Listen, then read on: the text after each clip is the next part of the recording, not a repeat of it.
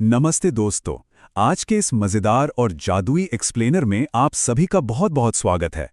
आज हम एक ऐसे स्पेशल बच्चे की कहानी में खो जाने वाले हैं जिसने पूरी दुनिया को सिखाया कि एक परफेक्ट फैमिली मेंबर और एक सच्चा दोस्त आखिर बनते कैसे हैं। ये कहानी मैजिक, प्यार और ढेर सारी काइंडनेस से भरी हुई है। और पता है, ये किसी आम कहानी जैसी बिल्कुल नहीं है, क्योंकि ये हमें अपने परिवार और अपनों के साथ जुड़ना सिखाती है। तो शुरुआत में ही एक बहुत बड़ा सवाल आता है। हम सभी ने सुपर हीरोज़ की कहानियां तो बहुत सुनी है ना? लेकिन अब तक का सबसे बड़ा रोल मॉडल यानी सबसे महान आदर्श आखिर है कौन? ज़रा एक ऐसे रियल लाइफ राजकुमार की कल्पना कीजिए जिसने हर किसी के साथ, चाहे वो कोई बहुत बड़ा राजा हो, एक छोटा सा पक्षी हो या फिर नाव चलाने वाला कोई आम इंसान, सबके साथ अपने बेस्ट फ्रेंड जैसा बर्ताव किया। चलिए अब इसे थोड़ा और गहराई से समझते हैं। हमारे पुराने ग्रंथों में एक बहुत ही पावरफुल शब्द आता है, मर्यादा पुरुषोत्तम। अब सुनने में यह शब्द थोड़ा बड़ा और मुश्किल जरूर लग सकता है, पर इसका मतलब सच में बहुत प्यारा है। हमारी इस लाइफ को ना एक बड़े से खेल के मैदान की तरह सोचिए। तो एक मर्यादा पुरुषोत्तम वो परफेक्ट टीम प्लेयर होता है जो गेम को बिल्कुल रूल्स के हिसाब से खेलता है, जो कभी चीटिंग नहीं करता और मैदान पर हमेशा सबसे फेयर प्लेयर होता है। ये हमें सिखाता है कि हर किसी के साथ हमेशा सही और अच्छा व्यवहार कैसे किया जाए। इस खूबसूरत कहानी की शुरुआत होती है पवित्र चैत्र नवमी के दिन। देवताओं की स्पेशल रिक्वेस्ट पर इस दुनिया की भलाई के लिए बिल्कुल सही वक्त पर बेबी राम का आगमन हुआ। और ये कोई साधारण जन्म नहीं था दोस्तों, एक ऐसा मैजिकल मोमेंट था जब आसमान से भी खुशियों की बारिश हो रही थी। और वो भी कहाँ, एक बहुत ही प्यारे से परिवार के छोटे से आंगन में, माता कौशल्या की गोद में। अब यहाँ एक बड़ा ही स्वीट सा मोमेंट आता है। जन्म के तुरंत बाद उन्होंने अपना एक बड़ा सा जादुई रूप दिखाया, 4 भुजाएं, हाथों में अस्त्र शस्त्र और एकदम तेज रोशनी। लेकिन माता कौशल्या ने बहुत ही प्यार से कहा कि प्रभु, इस बड़े से मैजिक को थोड़ा छुपा लीजिए और बस एक प्यारे से छोटे बच्चे बन जाइए। आखिर एक माँ को तो अपने बच्चे को ढेर सारा प्यार करना था और उसकी बाल लीला यानी बचपन के नटखट खेलों को एंजॉय करना था। और बस देखते ही देखते वो सुप्रीम पावर एक चिलबुले प्यारे से बच्चे में बदल गई। आगे बढ़ते हैं और इस पूरे सफर को एक साथ देखते हैं कि कैसे यह कहानी आगे बढ़ती है। पवित्र चैत्र नवमी के दिन उनके मैजिकल जन्म से लेकर बचपन के उन नटखट खेलों तक, फिर आगे चलकर जंगल में एक महाकाव्य जैसे एडवेंचर पर निकलना और आखिर में एक परफेक्ट राम राज्य बनाना। यह एक चुलबुले बच्चे से एक महान लीडर बनने की एक शानदार जर्नी है, जिसने हर कदम पर दुनिया को बताया कि सही रास्ते पर कैसे चला जाता है। बचपन के खेल की बात हो ही रही है तो काकभुशुंडी नाम के एक बहुत ही स्पेशल कौवे की एक बड़ी ही प्यारी कहानी है। ये कौवा बेबी राम को खेलते हुए देखकर इतना ज्यादा मंत्रमुग्ध था कि उसने बार बार वापस आने और उन्हें देखते रहने में ही अपनी सबसे बड़ी खुशी ढूंढ ली। जरा सोचिए, कोई इतना प्यारा और चुलबुला कैसे हो सकता है कि आसमान में उड़ने वाले पक्षी भी सिर्फ उसे खेलते हुए देखने के लिए नीचे आने लगे। यही तो था उनके बचपन का असली जादू। लेकिन देखिए, चाहे कितना भी बड़ा हीरो क्यों ना हो, उसका एक ना एक टेस्ट तो होता ही है। राम के लिए मुश्किल घड़ी तब आई जब वो थोड़े बड़े हुए। उनके सामने एक बहुत ही ट्रिकी चॉइस थी।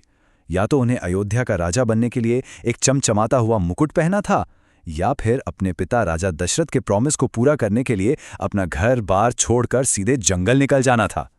ये सच में एक बहुत बड़ा टर्निंग पॉइंट था। अब इस बात में सबसे इंटरेस्टिंग चीज क्या है पता है? जब उन्हें राजा बनने के लिए वो बड़ा सा क्राउन दिया जा रहा था तो उनके चेहरे पर जरा सा भी घमंड या एटीट्यूड नहीं था। और जब अचानक उसी वक्त उन्हें क्राउन छोड़कर जंगल जाने के लिए कहा गया, तब भी ना कोई गुस्सा ना कोई दुखी चेहरा। सच में दोस्तों, यही थी उनकी असली सुपर पावर। चाहे सबसे बड़ा इनाम मिल रहा हो या अपनी बारी गंवानी पड़ रही हो, उन्होंने हमेशा एक कूल माइंड और एक वार्म स्माइल बनाए रखी। वाल्मीकि रामायण में इस बात को एक बहुत ही खूबसूरत उदाहरण के साथ समझाया गया है। उन्होंने राम जी की तुलना सीधे सूरज से की है। अब देखिए, जिस तरह सूरज सुबह उगते टाइम कितना सुंदर और लाल होता है, और वही सूरज शाम को ढलते वक्त भी उतना ही लाल और सुंदर दिखता है ना? ठीक वैसे ही जो लोग सच्चे और महान होते हैं, वे खुशी के मोमेंट्स में और मुश्किल समय दोनों में परफेक्टली बैलेंस्ड रहते हैं। उनकी चमक कभी फीकी नहीं पड़ती। और उनका ये बैलेंस, उनका ये अनकंडीशनल प्यार उनके परिवार में भी साफ झलकता था। जंगल के लिए निकलते वक्त उन्होंने कभी नहीं चाहा कि उन्हें कोई वीआईपी ट्रीटमेंट मिले। उन्होंने अयोध्या के लोगों से क्लियर शब्दों में कहा कि आप लोग मेरे भाई भरत को भी बिल्कुल वैसा ही प्यार और रिस्पेक्ट दीजिए जैसा आप मुझे देते हैं। उन्होंने अपने भाइयों के साथ हर एक चीज शेयर की और कभी भी खुद को उनसे बड़ा या सुपीरियर नहीं माना। आज के बच्चों के लिए एक अमेजिंग केयरिंग भाई या बहन बनने का इससे अच्छा एग्जाम्पल और क्या हो सकता है। और हाँ, उनका ये प्यार सिर्फ उनके महलों या परिवार तक लिमिटेड नहीं था। उनके दोस्तों हर जगह थे। केवट, जो एक साधारण नाव चलाने वाले थे, शबरी, एक सच्ची भक्त, हनुमान जैसे महायोद्धा और जटायु जैसा एक बेहद बहादुर पक्षी। उन्होंने सिर्फ राजकुमारों से दोस्ती नहीं की, उन्होंने पक्षियों, बंदरों और आम इंसानों सबको बराबर प्यार दिया। ये बात साबित करती है कि सच्चे हीरो दुनिया के हर एक जीवित प्राणी के साथ पूरी इज्जत और प्यार से पेश आते हैं। क्योंकि राम एक इतने फेयर, अच्छे और केयरिंग लीडर थे, जब वो वापस आए और राजा बने तो उनका राज्य सच में एक मैजिकल और सेफ जगह बन गया, जिसे राम राज्य कहा गया। पता है इसकी सबसे खास बात क्या थी? वहां कोई चोरी नहीं होती थी, कोई किसी और का सामान नहीं छूता था, और यहां तक कि वहां कोई बच्चा कभी बीमार तक नहीं पड़ता था। ये बिल्कुल वैसा ही था जैसे स्कूल में जब सभी बच्चे आपस में चीजें शेयर करके खेलते हैं, बिना लड़े, और सब के सब हमेशा खुश रहते हैं। परफेक्ट है ना?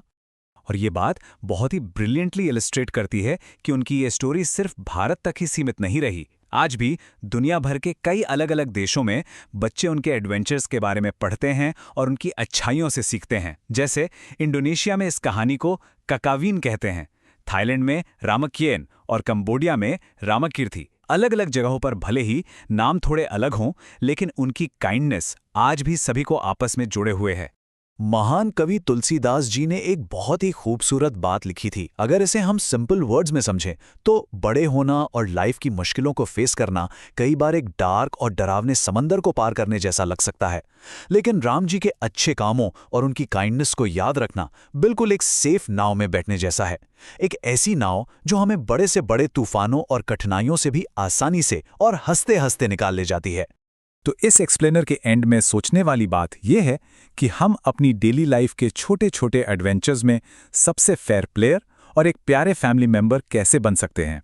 हम राम जी की इस काइंडनेस वाली सुपर पावर का थोड़ा सा जादू आज अपने खुद के घरों में कैसे ला सकते हैं, जरा इस बारे में सोचिएगा। आज के इस जादुई सफर में हमारे साथ जुड़ने के लिए आपका बहुत बहुत शुक्रिया। अगली बार तक अपने अंदर की उस काइंडनेस वाली सुपर पावर को हमेशा जगाए रखिए।